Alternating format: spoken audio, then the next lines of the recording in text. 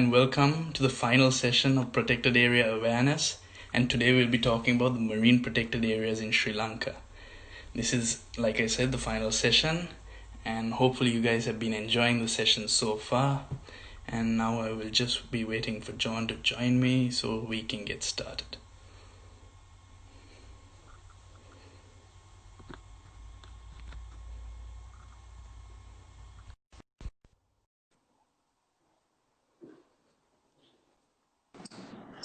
All right, we are live. Yep, I was just saying this is our final session running through the protected areas, and today we'll be talking about the marine protected areas. Yeah. So Sri Lanka's marine protected area network is something that I guess would be considered the most, well, it's the least known component of Sri Lanka's protected area network in general. But we felt that for this final session, there should be a little bit of understanding directed towards the marine protected areas, because they still contain a significant amount of ecological diversity across multiple zones. For example, the Pelagic, the Demersal, the coastal transitional zones, all those areas function to serve marine protected areas as some of the the most critically important biodiversity areas on this island and in general for marine protected areas. So that was our justification for this session today. Yeah, especially we've been saying throughout these sessions how the protected areas, being the terrestrial ones, are unspoken and unexplored.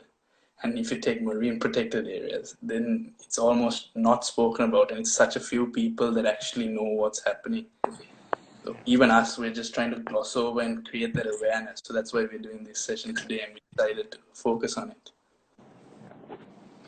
So we will start today's session with the protected areas around Mannar Island. Now, Mannar Island is quite an important area for marine protected areas because surrounding Mannar Island, you have three marine protected areas, namely Adams Bridge Marine National Park, which is the newest and largest of our three marine national parks.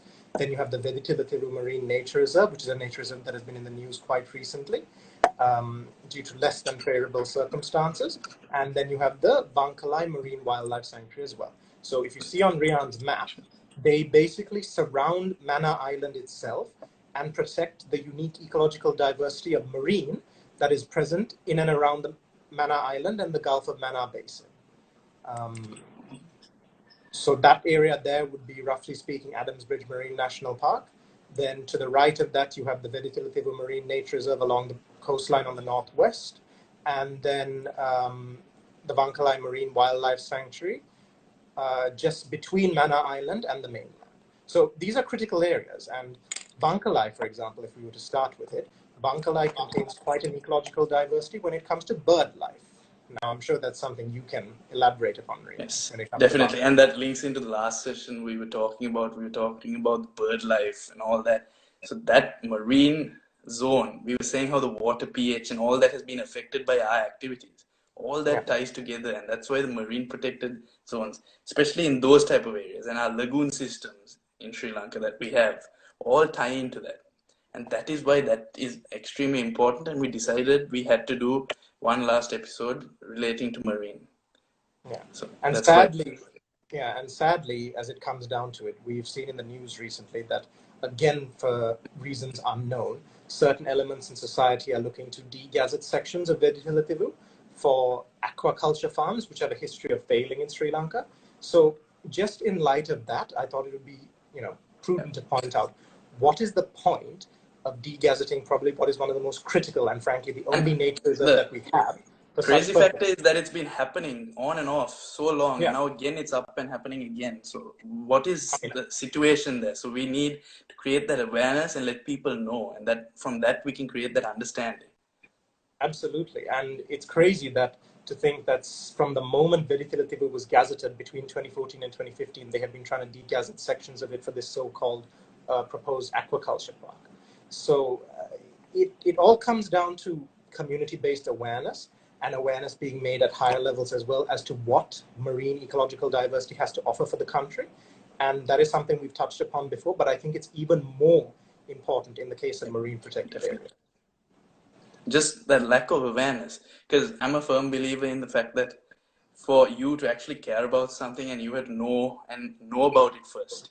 Firstly, know about it, then maybe go into understanding it, and then only you can really do what you want to do for it and protect it. Because if you Yeah. do not, how can you?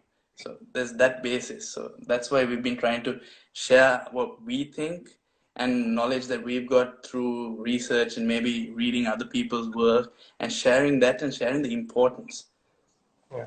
And I must say that in terms of critical ecosystems, the biggest ones for me when it comes to Vedifilativu happen to be the mangrove ecosystems, which by as far as mangrove ecosystems are concerned, I would say the largest contiguous remaining area of mangrove forest in Sri Lanka is in Vedifilativu. And now this is something that very few people will be aware of, but the seagrass beds in the Gulf of Mannar Basin are significantly protected by the coastal component of Vedifilativu. And in there, you have the last remaining population of dugongs in Sri Lanka, which is something that I think is just It's fantastic. special that we still have them there. But Unbelievable. unfortunately, there's so many activities happening in those areas that are threatening them. And that is Yeah. why we need this protection. And it's extremely important. I can't stretch it any more than I have. It's something that, as an environmentalist, it's something that you know and realize is important, but at the same time, it doesn't necessarily translate to everybody's state of mind. So that is something we have to find a way of interpreting and pushing out to the general public so as to get people to understand the importance of this. Now, we do have a question with regard We to... have two questions there, yeah. Yeah. So I'll address the first one. So when it comes to gaining awareness about what's happening with the degazetting, aside from speaking or writing or even lobbying the Ministry of Environment and Wildlife Resources to stop this, there are also many community-based organizations and national environmental organizations and legal entities such as EFL, for example, who we can speak to regarding this and fight this if it does come to pass. But at the moment, we're still waiting to see whether it is pushed through cabinet. So there is still time to do something against it. Actually, that is one of the things we were talking about. The fact that there's such little... where did you go? Yeah, there's such little groups that are actually working for our marine protected areas compared to the terrestrial areas. And that in itself is an issue because there's so much scope. And just the groups that are working so hard and they need that extra help. Yeah. So And to be anything honest we with you, do to help is a benefit for them. absolutely. And to be honest with you, when it comes down to it, there is also a technical component when it comes to marine protected areas. I've actually realized this as of recent. There is a lot of scientific and technical expertise that comes into the sustainable utilization and resource extraction in marine protected areas. And that has to be translated into something that rural communities can understand. So it has to be simplified. And I think that in itself would be yet another step towards promoting marine protected areas and their importance to the general public. Yeah, definitely. That's 100% true. And then the next question is, are there ships allowed to pass through? Most of these gazetted areas actually fall along the coastline, and the ship lanes are usually further out, but it does come into effect for probably the sea mammal observation zone that we will move to. Yeah. So just a bit of a brief background regarding the proposed sea mammal observation zones. Think of them, for anybody who has heard of the proposed managed elephant reserves, namely the first of which was proposed in the Hambantota region. Think of the marine equivalent for the cetacean family, which is basically whales and dolphins, so large marine mammals, porpoise as well to an extent. Now, these proposed sea mammal observation zones, only 3 of which have been identified at the moment. There's one in Mirissa, which has, been rumoredly linked to being the marine equivalent of Yala National Park. So there's a bit of a controversy there around that due to the high numbers of visitation. And then, of course, you have the proposed sea mammal observation zones at Kalpitia and Trincomalee, which are far less visited. So now, what would you say, Riahn, when it comes to marine mammals, based on what you have experienced? Well, from what I've experienced, and we have so many sea mammals off our coast, and being an island nation, actually when off the coast of Vellavatta, there are so many dolphins and all kinds of sea mammals. However, it's just the fact that they're unexplored territory again. Yeah. I think that is where we've been having, from stories that I've heard, we've been having these creatures off our coast for a long time. Yeah. But the fact is that only recently boats have been going out and seeing these things, and they've been reported more. Yeah. So clearly there is an urgent need to keep these sea mammals safe, especially the larger ones. I mean, to be honest with you, the fact that we have such a strong, healthy resident population of blue whales and sperm whales in itself is just indicative of how rich the oceans around our island Definitely. are. And it's a shame, I must say, that the Department of Wildlife Conservation has yet to officiate and properly gazette the boundaries of these proposed sea mammal observation zones. But one thing I can tell you from the research that I've been able to do and my conversations with the DWC, they have done preliminary studies on these boundaries. So for example, for the Kalpitia Sea Mammal Observation Zone, I know that the southern quadrant is contiguous with the Bar Reef Marine Wildlife Sanctuary, just off Wilpattu. And then similarly in Trincomalee, for the Trincomalee proposed sea mammal observation zone, the northwestern quadrant actually converges with Pigeon Island Marine National Park. So the research and studying and mapping is being done, but there is an urgent need to expedite it. Yeah, you need to push purpose of forward the and get them actually gazetted Absolutely.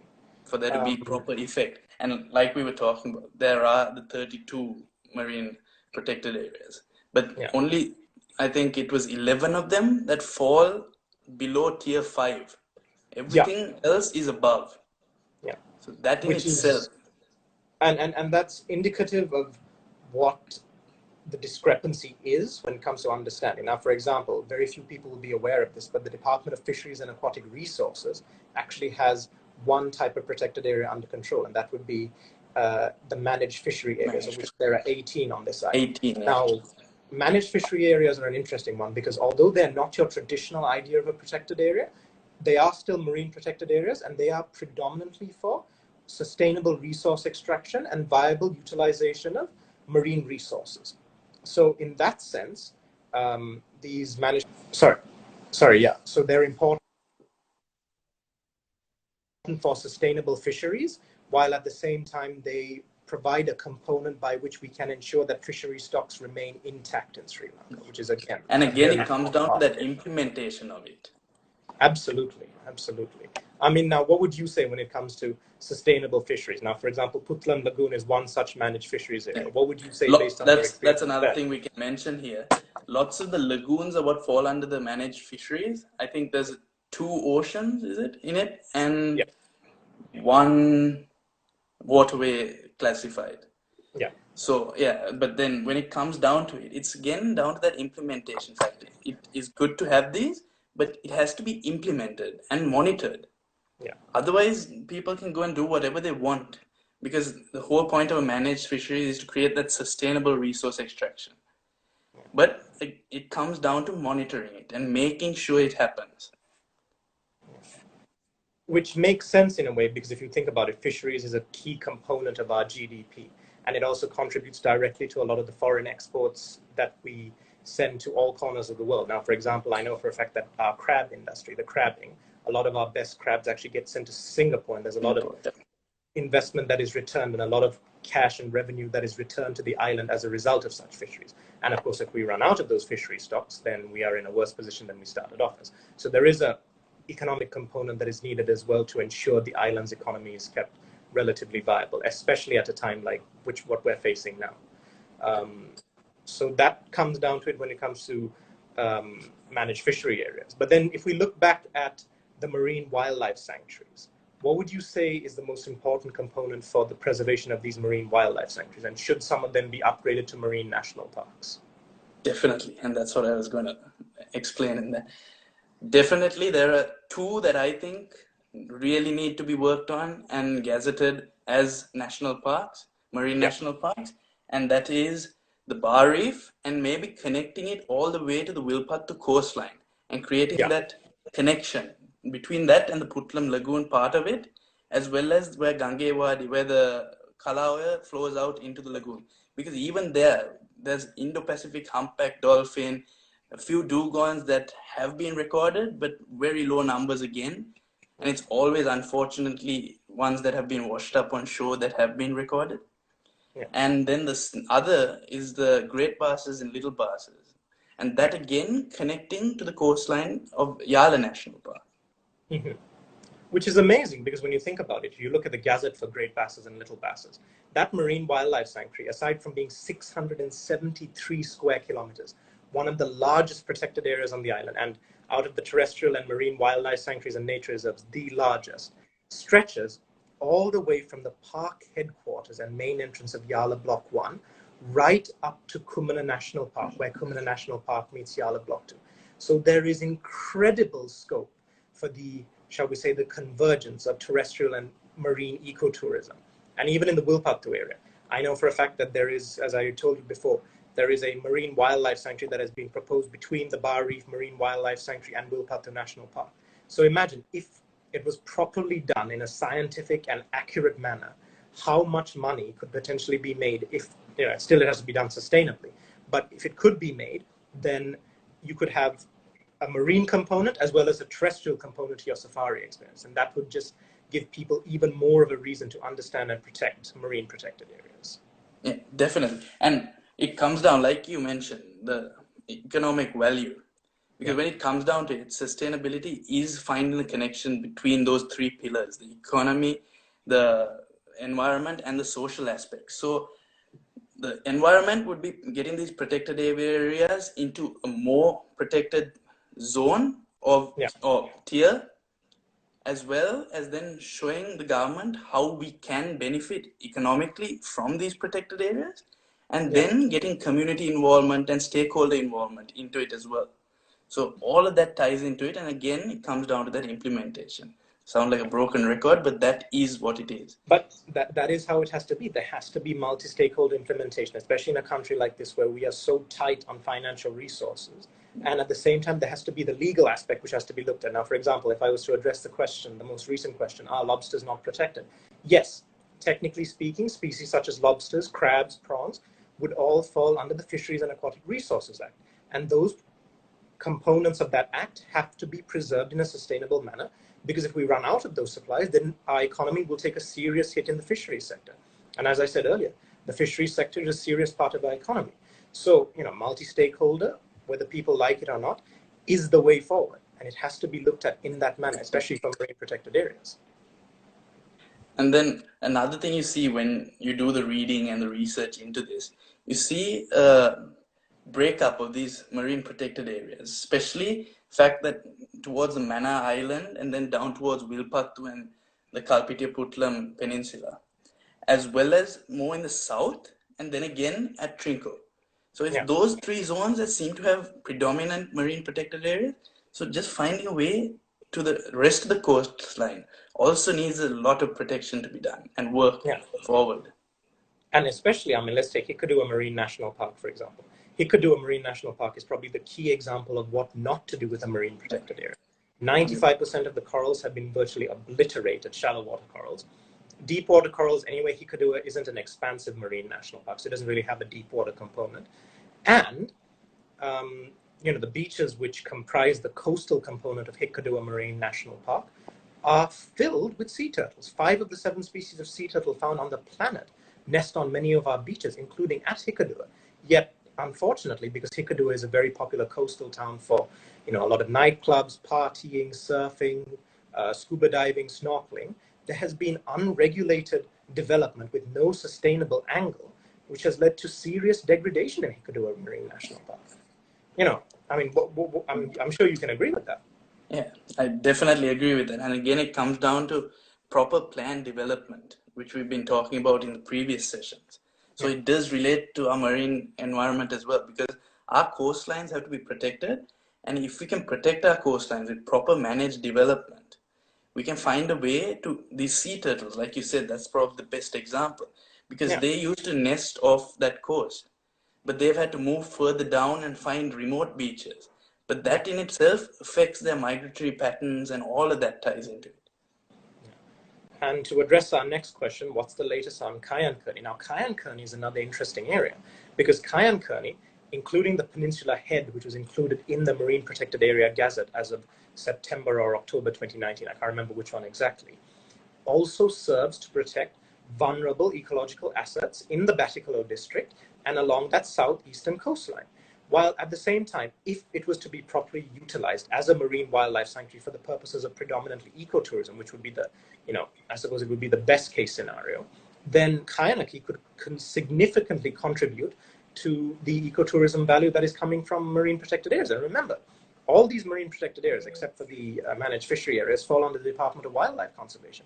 And the DWC in the year 2018 made 2.3 billion just from the protected areas that it has under its control which are actually officially open. So we could be looking at double or even triple that type of money if we were to use marine wildlife sanctuaries such as Kayanaki in that manner, you know? And I think that is important for people to understand, that there is a huge scope for activities in these marine protected areas. Yeah. What would you say on that? Yeah, that's where we were talking about that connection, especially off the coast of Yala and Vilpattu, because there's already the fact of the two big national parks there. And connecting this marine and getting tourism there, but doing it in a proper, sustainable manner and properly managed and monitored. So again, that can be done there as well of Batiklo. But it all ties into how it's done, how it's managed, and all of that. So while it's important, creating that awareness amongst our people, and that ties to the point I was saying, you have to know what you're doing and then tie into understanding it. So all of that, because it has to be carefully done. In a system, again, it comes down to that sustainable and proper land use, or in this case, proper use of the coastline. Yeah, and remember, the coastline in itself is a key component, because remember, the third aspect of this Marine Protected Area Network is actually the Coast Conservation and Coastal Resources Management Department, or CCRMD, which is in control of coastal reservations, special area management sites, and special reservations of coastal value as well. So now, when it comes to that, we have to ensure that our coastline isn't subject to unregulated development activities, and that the CCRMD does the work that it needs to do. 100%, exactly. It comes down to that, making sure that they're doing what they're meant to be doing. Yeah. So this question, how do you ensure? Well, again, like we can take Yala for example. We haven't got our terrestrial protected areas right. So first of all, we need to get things done and do it in a proper manner. So before we can even move into maybe sending tourists into our marine protected areas, we need to first manage what we have and what we have started. But protecting them is one thing, sending tourists into them and maybe us exploring them is another thing. Protection is gazetting them and classifying them as a protected area, so there's laws backing them from illegal activity happening. Whereas, like you said, people and how much activity goes into these marine protected, that is for later on, and just because it is option, it's scope. Yeah. But first we need to sort out what is happening on open national parks across the island and protected areas. That's what I think. I don't know what you... Yeah, and as I said earlier, just to add on to that point, we've seen even in proposed marine protected areas, such as the proposed Mirissa Sea Mammal Observation Zone, it's essentially become the equivalent, as I said, of Yala National Park, but on the water. You know, they actually had to draft the Sri Lanka Navy in because the Marine Environment Protection Authority didn't do anything, and the Department of Wildlife Conservation was strangled by the demands of politics and other such negative factors that it usually is strangled by. So just to control and ensure that the cetacean species, such as the big whales, for example, the big marine mammals, were kept safe, they had to draft the Navy in just to control it. And now, at least if those proposed sea mammal observation zones were gazetted, as you said, there would be laws to back it. But in this case, they're in proposed status, so there are no laws to even back the protection of these mammals without it actually being gazetted. So it all ties into it. It's very important. 100%. And again, it's finding that balance and the proper research done. And that's the other thing we were talking about. The amount of organizations that are dedicated to our marine protected areas is very few. So they need a lot of help and they need this awareness created. And actually, I've been following Oceanswell recently, and they're doing a lot of good informative talks, talking to people in other parts of the world of what they're doing. And maybe we can learn from this and implement it in our system as well. Absolutely. And there are technical components that even I, to an extent, still struggle to comprehend. And I'm looking forward to trying to understand them to the best of my abilities.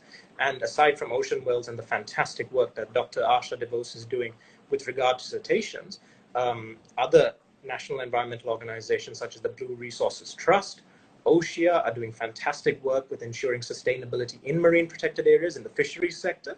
And then we even have pearl protectors, which is, there to ensure that government entities such as the Coast Conservation and Coastal Resources Management Department are kept to account, ensuring that they conduct the relevant, IEEs, or initial environmental impact assessments, and general environmental impact assessments, or EIAs, to ensure that our coastline is kept relatively secure in a in a time and age where there is so much unregulated development. So, give those guys a follow, have a look at their work on Instagram. It's very important ultimately. Yeah, and now that you mentioned it, these EIAs are extremely important in all forms, whatever EIA it is. Yeah. And then again, EIAs take into consideration stakeholder involvement and all of that. So that is why it is so important to consider these EIAs. Yeah.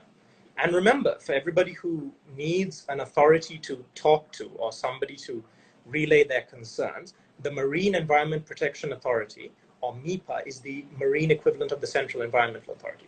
So if anyone has any concerns when it comes to sustainable development, overfishing, lack of sustainable fisheries, poor ecotourism practices, you can speak to MIPA as well as the Department of Wildlife Conservation to address your concerns. So there are mechanisms in place, and there will always be national environmental organizations who will be there to bring these government entities to account if they step out of line.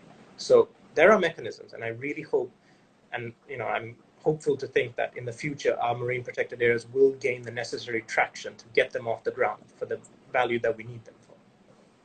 And tying into that point, I think the most important is some of the lower tiers being gazetted as higher tiers, because that is where the protection comes from. Related matters as well. Yes, absolutely. I mean, our friends at Parrotfish Collective and even at the Lanka Environment Fund, I know for a fact that they have been trying to get a marine litter project pushed through. So everybody who is interested, go and check out the Lanka Environment Fund. They've been trying to get a project through to ensure that all this trash that we're seeing in the Gulf of Mannar Basin and around Mannar Island, which is severely affecting the marine protected areas that we mentioned earlier, namely Bangkalai, Vedipilativu, and Adams Bridge Marine National Park, which is important. We need to ensure that these marine protected areas are kept trash-free, because otherwise we have so many instances of examples of marine wildlife being killed by trash. Because the ocean is something that's so interconnected. It's more than just the marine protected areas. It's everywhere. And I saw a picture recently from Mount Lavinia Beach, and it was just a mess. Trash and all everywhere. That goes into the ocean, and it comes out somewhere else with the currents. So litter, it's not just in those protected areas, it's all around. Take your litter back with you is something that's extremely important. And the effect it has on sea life. Yeah. And remember, the coastal convergence of our currents takes these examples of trash all around the island. So they could be getting stuck in areas which are being gazetted as marine protected areas when they started out somewhere near the city of Colombo, for example. So it's all, as you said, it's all heavily interlinked. And I think when we get that understanding of what sustainability is in connection with marine protected area usage, then we will start moving along the right track towards proper utilization of marine protected areas. It's all tied in, and it gets technical, but it's necessary. Yeah, definitely. And I think because like we said, marine protected areas are one that is less spoken about. In comparison, we were talking about less spoken about in the terrestrial protected area. This is something almost not talked about. So it is important now maybe to go and see what some of these groups are doing and learn and read what they're doing and just create that awareness. And then from there, from understanding it, we can fall in love with it and care for them. And then into the protection it can go. Because, I mean, for example, just mentioning that point of falling in love with marine protected areas and developing that attachment. Pigeon Island Marine National Park, with the multiple species of sharks, sea turtles, fish, corals, it's probably the most talked about and the most, I would consider it our apex marine protected area destination in Sri Lanka. Yes, it's mostly shallow water ecosystems as opposed to deep water where you'd find cetacean species such as whales and dolphins. But at the same time, it's still critically important for the preservation of East Coast and the Eastern Seas ecological diversity. So, we don't want to see Pigeon Island Marine National Park destroyed. And that is where everything we have talked about comes into effect, ensuring that these all ties together are preserved. It's all tied together, absolutely. So we can maybe, because we didn't really talk about the mammal observation zones, maybe into a bit more detail. So like you said, it's in Kalpitia and then in Mirissa as well as in Trinco. So what these are trying to do is properly manage, because there's a lot of sea mammal observation that is going on at the moment. But Yeah. the whole idea behind this is figuring out the right zones and then properly managing the way the activity is conducted. So it all ties into, again, that management of the activity. And I think that is extremely important, because from things I've heard that are happening in Miris especially, the activity is something that needs to be properly managed, because it might affect sea life. And that is something that, being an island nation and we have so much biodiversity off our coast, something needs to be done about it. Plus, lest we forget that even for the Department of Wildlife Conservation, they are very junior when it comes to understanding marine protected areas. They may be one of the governing entities for marine protected areas, but they have only just started really approaching. They only just recently created their the marine division. And that is where we can come and contribute. If we work with the Department of Wildlife Conservation at a stakeholder level to ensure that all this scientific knowledge and data is disseminated to them so that they can properly understand and manage alongside us, these, especially for proposed sea mammal observation zone, then I think we are in a good position to have them gazetted and properly utilized within the next 5 to 10 years. I mean, it would And be I think that point really ties together the fact that what we've been saying throughout these sessions. It's the collaboration of everyone coming together, because conservation is something that you can't do alone. It's important to come together, work together. We can't separate. We all need to work together, because fighting amongst ourselves won't gain anything. We need to work together with our departments and all our environmental groups, and then from there protect what we have into the future. Yeah, absolutely. So I guess if the ultimate message is, what do we do when it comes to marine protected areas? Everything we have mentioned, and just look at educating oneself about the importance of marine protected areas. That would be the final thing, because that way, at least we know that we are just starting to understand the complex and vivid nature of marine protected areas. And since it's such a new subject, it's exciting in that sense. It really makes you understand how little we know about the oceans. And that is something that I think will carry the flag for marine protected areas forward over the next 20 to 30 years. All right, and I think we've come to the end of the half an hour and the end of these live sessions. And there's one more question, so. Yes. All right. So how would you answer that, Riahn? I would say Sri Lanka is a country that can definitely learn from other countries, and there are countries that have marine protected areas and that are managed. For example, Australia, off the west coast of Australia, there's whale sharks, and the way they manage it and how they take tourists out, just learning from things like that. Thing is, when it comes to protection and how we can protect things, it's always about learning and better implementing. Even though we probably are doing the right things, there is still ways to improve. Yeah, and absolutely. In the end of it, it's an ever learning curve, and that's where that adaptive management system comes into it and all of that. Yeah. And if I was to add something onto that, even New Zealand has, while very poorly known in the general sphere, New Zealand has an impressive track record of managing their marine protected areas. They are sustainably utilized, there are fishery controls in place, there are ecotourism stops that are put up just to ensure that the marine protected areas are kept as pristine as possible. So there is a lot we could learn from countries such as New Zealand and Australia. And there are other examples as well. And I hope that we can take that knowledge forward and implement it in our marine protected areas for the betterment of all MPAs, not just in Sri Lanka, but even at a global scale as well. All right, so that brings us to the end of these sessions. So hopefully everyone has enjoyed these. Yeah, so thank you to everybody who has tuned in over the past few weeks with regard to our protected areas, including for the marine protected area session today.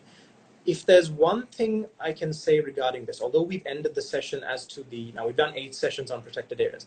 If there are any queries or any points or any further episodes that people would like me and Riahn to do, you can message myself or Riahn directly and ask us, and we will happily do further sessions. But for the moment, with regard to the protected areas in Sri Lanka, that would be the end of that. 8 sessions long. If anybody needs the link for the playlist with regards to this, we will happily send it through. And once again, thank you very much to everybody who tuned in, and I will leave it with Riahn. So, till next time. Yeah, all right. So In conclusion, I'd like to say thank you for everyone that joined us through these sessions. I hope you all learned as much as I did through these sessions and learning for these sessions and going through these protected areas of Sri Lanka. Hopefully, we can come up with a way to protect them better.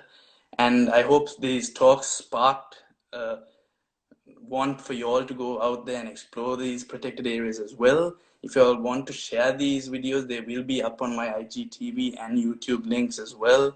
So please feel free to share them with people that you would think would benefit from these sessions. And also, if there's anything like John said, you all wish to clarify, please feel free to reach out to us. Both our contacts on our Instagram and Facebook pages. And further, I would like to thank John for joining and collaborating on these projects and sharing his knowledge on protected areas. And finally, thanks again, everyone. And hopefully, maybe I'll see you all out there in the protected areas. See you all. Stay safe.